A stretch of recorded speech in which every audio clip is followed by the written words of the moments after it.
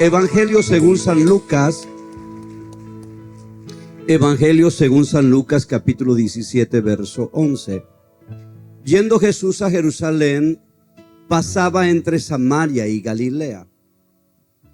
Y al entrar en una aldea, le salieron al encuentro 10 hombres leprosos, los cuales se pararon de lejos y alzaron la voz, diciendo: Jesús, Maestro, ten misericordia de nosotros. Cuando él les vio, le dijo: id, mostraos a los sacerdotes. Y aconteció que mientras iban, fueron limpiados. Entonces uno de ellos, viendo que había sido sanado, volvió glorificando a Dios a gran voz, y se postró rostro a tierra a sus pies, dándole gracias. Y este era samaritano. Respondiendo Jesús dijo: ¿no son 10 los que fueron limpiados? ¿Y los 9 dónde están?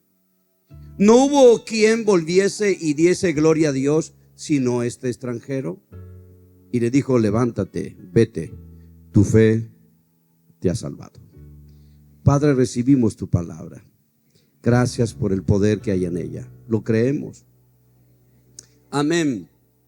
Como ustedes saben, siempre todo relato que tiene como protagonista a Jesús merece ser mirado por el impacto que produce en las personas. Y en este caso, sin duda alguna, el centro de atención, una vez más, es lo que fue la quinta parte del ministerio de Jesús: milagros. Y un milagro de leprosos. Como ya en reiteradas oportunidades mencioné, el flagelo que resultaba de la lepra en aquel contexto y en aquella época. Esa enfermedad que produce úlceras hasta el punto de descomponer los tejidos y los tendones. Se come las coyunturas y literalmente a los leprosos se le caen los dedos de las manos. Se ulcera, y disculpen la expresión que uso, literalmente se pudren las cuerdas vocales, produciendo una voz ronca. Se come la cavidad ocular y el lóbulo ocular se incrusta en la parte del cráneo, perdiendo la movilidad y dando un aspecto fantasmal. Y pus y carne podrida en toda la piel. Y se va muriendo uno de a poco. Se va padeciendo la muerte. Esas enfermedades grotescas. Y se muere de a poco, sufriendo la muerte. Y en este sentido alegórico, bueno, hay mucha gente leprosa, no con la enfermedad propiamente dicha, sino porque van muriendo de a poco en su experiencia de vida, por infidelidades, por soledades, por traiciones, por pérdidas. La muerte es muerte, pero una manera es morir y otra es morir sufriendo. Y hay gente que sufre muriendo. Así que es un cuadro lamentable. Y la Biblia relata el suceso de la sanidad, pero no sin hacer hincapié en algunos detalles sumamente importantes, como suelo usar yo en mi expresión, en la periferia del milagro. Una vez más, Jesús rompiendo barreras. Se dice que pasaba entre Samaria y Galilea, y como ustedes bien saben, mis amados, mis terroncitos de azúcar, judíos y samaritanos se odian. Son enemigos acérrimos. Y 10 leprosos samaritanos se apersonan a un judío a gritar, a implorar el beneficio de un judío, Jesús. Y una vez más se explica la naturaleza humana, que cuando uno está en crisis, cuando uno está en miseria, cuando uno está en tragedia, se olvidan las rivalidades para ser solamente hombres en necesidad. Dios atiende tu necesidad y mi necesidad. O sea que ante la miseria somos hombres en necesidad. Es la única categoría en que Dios se mueve. Alzaré mis ojos a los montes, donde vendrá mi socorro. Mi socorro viene de Jehová, que hizo los cielos y la tierra. Cuando podemos olvidar las rivalidades entre los cónyuges y presentarnos delante de Dios como una pareja en necesidad, Dios obra. Cuando podemos olvidar la rivalidad entre padres e hijos, hijos y padres, y presentarnos como una familia en necesidad, Dios obra. Cuando podemos olvidar las rivalidades entre amigos, familiares, jefes, patrones, y presentarnos simplemente como personas en necesidad, Dios atiende la súplica. Cuando podemos olvidar las rivalidades entre tíos, suegros, suegras, abuelos, y en llegar al nivel de ser seres humanos en necesidad, Dios obra. Así que el relato está teñido de una experiencia extraordinaria, ver cómo la necesidad borra barreras y mueve la mano de Jesús. La segunda cosa interesante en el relato, que ya tenemos bien refrescada nuestra mente, es que gritaron de lejos, Jesús. Y gritaron de lejos porque la ley obligaba a que un leproso estuviera a 50 metros de distancia de alguna persona que esté sana, media cuadra. No se podía acercar más, porque se creía que el viento podía llevar algún germen de la enfermedad y producir que el sano se enfermara. O sea que no solamente es el flagelo de la enfermedad, también es el flagelo de la soledad. Así vivían los leprosos, solos. O sea, una crisis ya es bastante para una persona que sobrellevarla en soledad. Vivir una miseria a solas es más doloroso que vivir la miseria acompañado. Alguien dijo que una carga compartida resulta de media carga. ¿Cómo se incrementa la desesperación económica, financiera, física, cuando una sola persona tiene que sobrellevarla? Creo que una de las mayores crisis de las personas no son financieras, no son económicas, no es ni siquiera la salud, es el flagelo de la soledad. Es cierto, alguien puede decir que ama la soledad. ¿Por cuánto tiempo? Algunos días, para desintoxicarse de las presiones, de los reclamos, para oxigenarse en el silencio. Pero ¿cuánto tiempo uno puede vivir solo? ¿Saben por qué no se puede vivir solo? El Señor dijo que no es bueno que el hombre esté solo, y la razón es porque el ser humano es una fábrica de sentimientos, es una fábrica de risas, es una fábrica de lágrimas, de sueños, de anhelos, de amores, de pasiones. Y si no hay un recipiente en donde volcar las emociones, las risas, las lágrimas, los sueños, ¿qué sentido tiene la vida? Les pregunto, ¿alguna vez usted se rió solo? ¿Levantan la mano? Y reírse solo está bien. Ahora, si usted se ríe solo durante un mes entero, está loco. O sea, reírme solo, esporádicamente, en la casa, en el auto, casi raya con la coherencia y el aspecto de la oxigenación humana. Pero encuentra a alguien que se ría un par de meses solo, está loco. Porque la coherencia dice que debe haber alguien en quien depositar aún las alegrías, los sueños, los anhelos, las lágrimas. Es un intercambio necesario. Y es más, cuando estamos frente a alguien que se ríe solo, sin compartir, usamos esa máxima cultural que decimos: el que se ríe solo de sus fechorías se acuerda. En definitiva, es decir, comparte, así yo también me río un poco.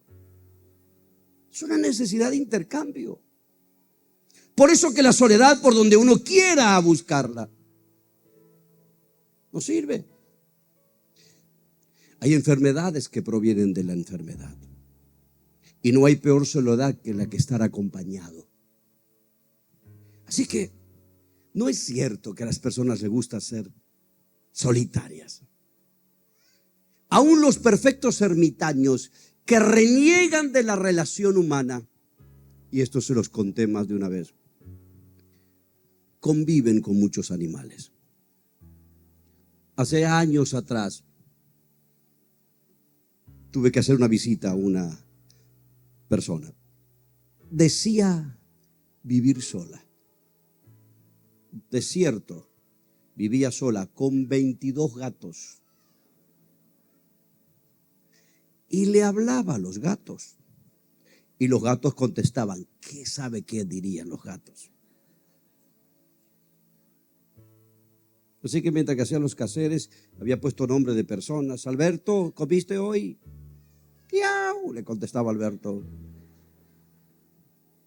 Esa es la necesidad de volcar una idea, un sentimiento en alguien.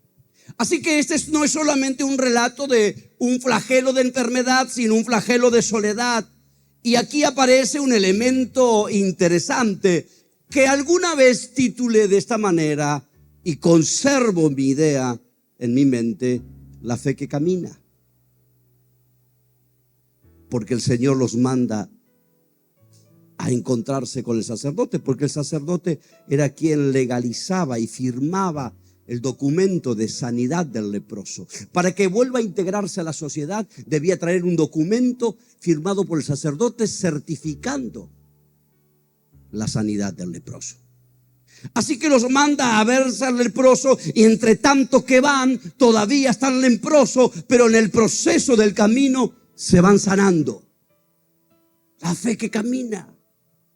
Salieron de la presencia de Jesús enfermos, pero mientras iban caminando se fueron sanando. Para mí es un canto esperanzador del Evangelio, que mientras tú estés caminando esta semana va a haber milagros que van a ocurrir.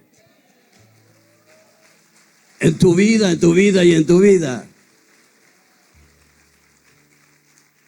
La fe que camina. Tenían una palabra del Señor, y la palabra fue produciendo en el proceso el milagro de la sanidad. Así que la palabra de Dios en tu vida te acompaña cada mañana. Y en lo que va transcurriendo este mes y lo que va a transcurrir los meses que ocurren, la fe que camina te acompaña. Y milagros van a ocurrir. Sí, va a aplaudir para lo fuerte. Pero permítanme, habiendo dicho esto, reflexionar unos minutos donde quiero posar la atención. La palabra es algo muy conocido: ingratitud. Jesús no reparó en el milagro, no hizo énfasis en que 10 leprosos caminando hacia la muerte ahora caminen a la vida. La observación de Jesús tiene que ver con la ingratitud humana. Al volver a aquel hombre que se postró y dio gracias, preguntó, ¿no eran 10? ¿Y los 9 ingratos dónde están? Así que la observación de Jesús trasciende el milagro, trasciende el acontecimiento y está directamente relacionada a una experiencia desagradable en la vida humana que se llama, como mencioné, ingratitudes. ¿Saben por qué? Por el impacto, el efecto que produce la ingratitud en una persona.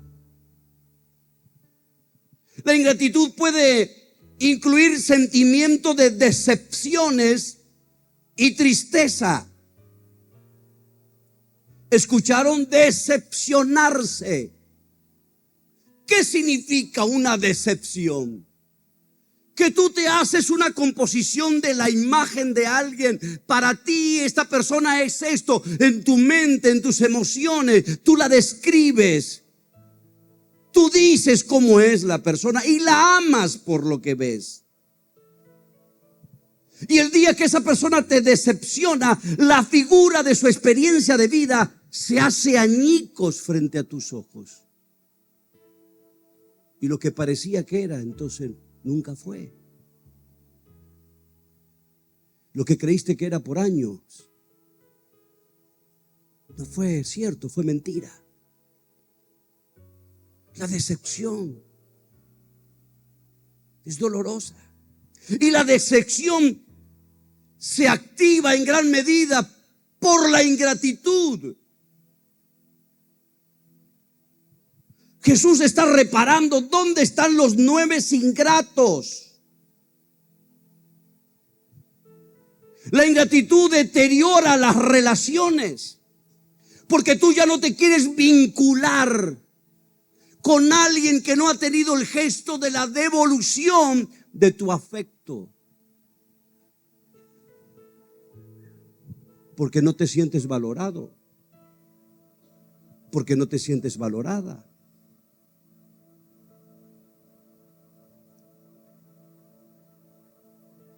¿Cómo lastima un ingrato, una ingrata?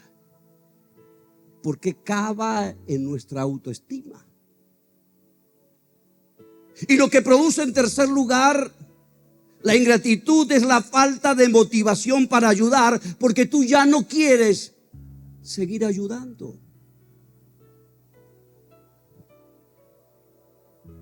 Porque te duele que no haya respuesta a lo que tú haces. Y si tú insistes e insistes e insistes en seguir ayudando a un ingrato, a una ingrata, entras en la escala de relaciones tóxicas. Porque sabes que la actitud te duele y lo vuelves a hacer y vuelves a sufrir. O nunca tú le dijiste a alguien, pero ¿para qué lo hiciste si sabes cómo es? Y bueno, pero yo pensé que esta es la vez número 100. El ingrato es ingrato. Entonces te estás más afectado. Porque no solamente sufres la decepción, sino que has establecido un vínculo tóxico, porque te dejas lastimar una y otra vez. No crean que Jesús dejó de lugar la sanidad para enfocar la atención en la ingratitud. Solo uno y los 9 restantes. La ingratitud hace que una persona entre en un ciclo de negatividad. Porque la persona ya no quiere saber nada con nadie. Se lastimó tanto. Hice por los hijos, hice por mi marido, hice por mi esposa, hice por todo. Yo ya no quiero hacer más nada por nadie. ¿Está ahí todavía? La ingratitud produce estrés emocional. Traduzca esto como resentimiento o amargura. Una persona resentida es una persona que tiene envenenada la sangre.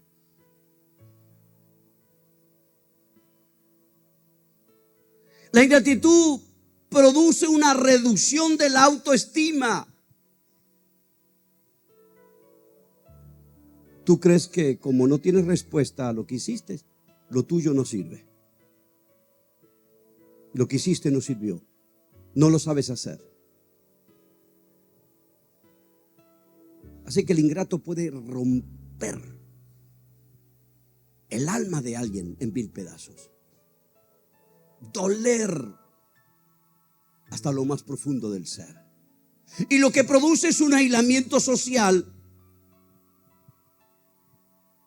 Porque como dije, o te alejas de los ingratos o te enferma la toxicidad de ellos. Con esa vieja historia de que bueno, a lo mejor cambia. Sí, va a cambiar tú el día que te mueras. Porque va a matar tus emociones. Porque no hacemos nada para que nos agradezcan.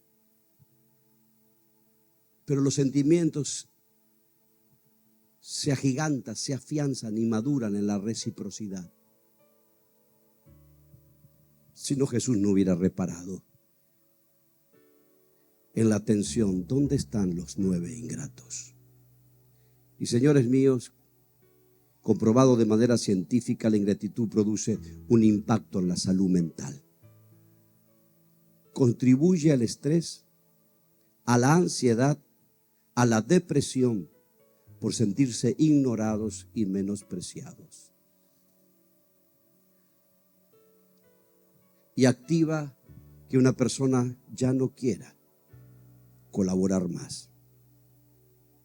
Y al ingrato le cierra las puertas, porque pierde oportunidades de relacionarse por malograr el sentimiento ajeno.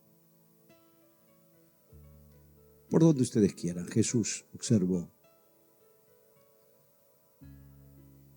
con mucha atención.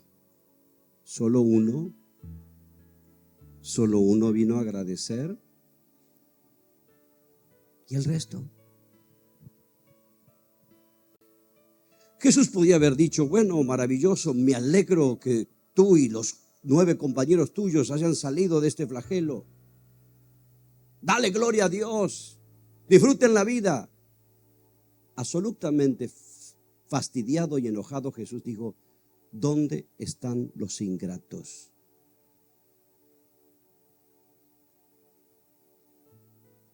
El ingrato cierra oportunidades de relacionarse. Y escuchen algo que puede ser muy doloroso. Pero los que tienen un espíritu abandónico, los que abandonan una iglesia, un líder, un afecto, un amigo, un negocio, tarde o temprano serán abandonados. Porque establecen un vínculo que no es genuino.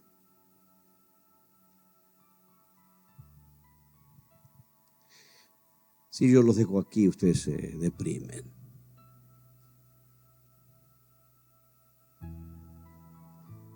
Pero Jesús cierra de una manera extraordinaria.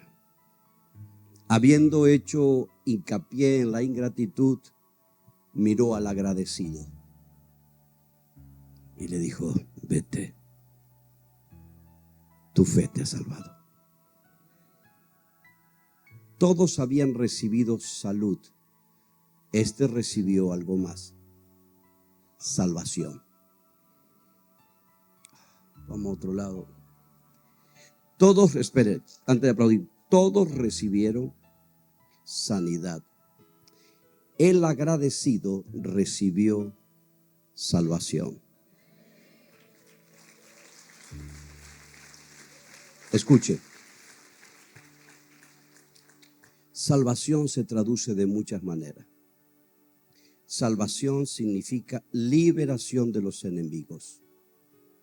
Los 9 se sanaron. Tú te sanas y además de sanarte, te libro de tus enemigos.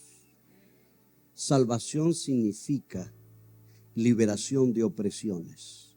Aquellos se sanaron, tú te sanas, pero nunca más te oprimen nada.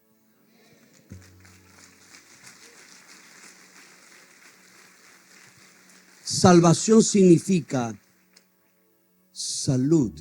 Estos se sanaron transitoriamente, pero quién sabe si volverán a enfermarse de algo. Tú no te vuelves a enfermar. Salvación significa vida eterna. Estos se sanaron, pero morirán. Tú vivirás por siempre.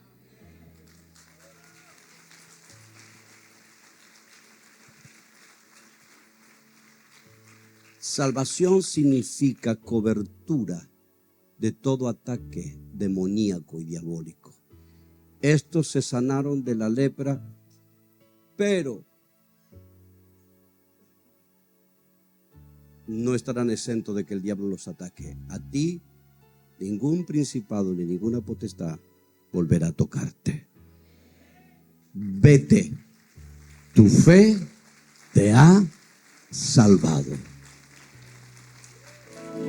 Si bien el Señor rechazó a los ingratos, premió al agradecido. Nunca una vida agradecida vive sin recompensa, porque la gratitud motiva al dador a seguir dándote. La gratitud motiva al que te ama a seguir amándote. La gratitud obliga al que te espera a seguir esperándote. Quiero vivir agradecido en todo lo que soy. Vete, tu fe te ha salvado. He has